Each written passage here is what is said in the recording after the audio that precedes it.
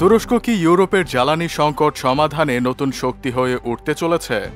পশ্চিমা মদতপুষ্ট ইউক্রেন ও অন্যতম পরাশক্তি রাশিয়ার মধ্যকার রক্তক্ষয়ী যুদ্ধের শুরু থেকেই মধ্যস্থতাকারী হিসেবে বিশ্বজুড়ে প্রশংসা কুড়িয়েছে তুরস্ক।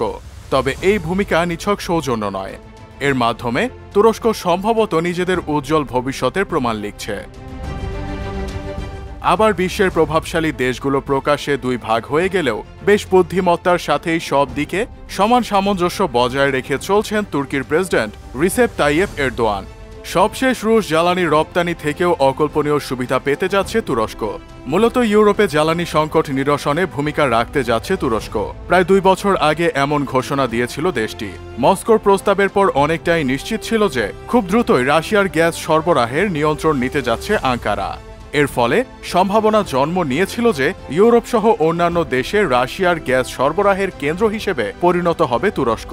এবার সেই সম্ভাবনায় বাস্তবে রূপ নেয়ার পথে। তুর্কি সংবাদ মাধ্যম ডেইলি সাবাহ এর একটি প্রতিবেদনে বলা হয়েছে, রাশিয়া ইউরোপিয়ান ভোক্তাদের সতর্ক করে দিয়েছে যে ইউক্রেন যদি রাশিয়ার সঙ্গে গ্যাস ট্রানজিট চুক্তি নবায়ন না করে তবে ইউরোপীয় ভোক্তাদের চড়া মূল্যে গ্যাস কিনতে হবে। চলতি বছরের শেষ দিন এই চুক্তি শেষ হবে।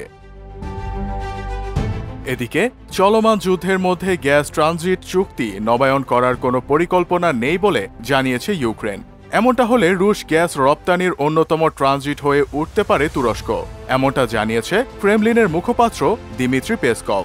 28 আগস্ট বুধবার নিয়মিত সংবাদ সম্মেলনে পেসকভ জানান, যদি ইউক্রেন চুক্তি বাড়াতে সম্মত না হয় তবে তুরস্কে একটি গ্যাস হাব তৈরির পরিকল্পনা করা হচ্ছে।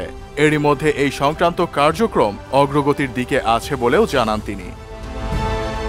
রাশিয়ার কুরস্ক অঞ্চলে ইউক্রেন বাহিনী ঢুকে পড়ায় হুমকির মুখে পড়েছে রুশ গ্যাস ট্রানজিট। সেখানে গ্যাস ট্রানজিট পয়েন্ট সুডজা অবস্থিত।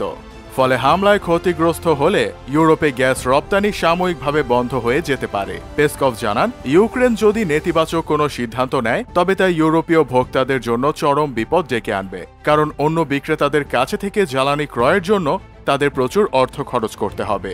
এমনকি মার্কিন এলএনজি কিনতে চাইলেও তার সস্তা তারা পাবে না। 2022 সালে ইউরোপে হারিয়ে যাওয়া ভোক্তাদের ফিরে পেতে তুরস্কে একটি গ্যাস হাব স্থাপনের প্রস্তাব দিয়েছিল রাশিয়া। দীর্ঘদিন ধরে আঙ্কারাও চাইছিল জ্বালানি খাতের অন্যতম বিনিময়কারী হিসেবে নিজেকে প্রতিষ্ঠিত করতে। এ বিষয়ে এখনও রুশ ও তুর্কি কর্মকর্তাদের মধ্যে আলোচনা চলছে বলে জানা গেছে। তারা বর্তমানে এ প্রকল্পের রোড ম্যাপ নিয়ে কাজ করছেন।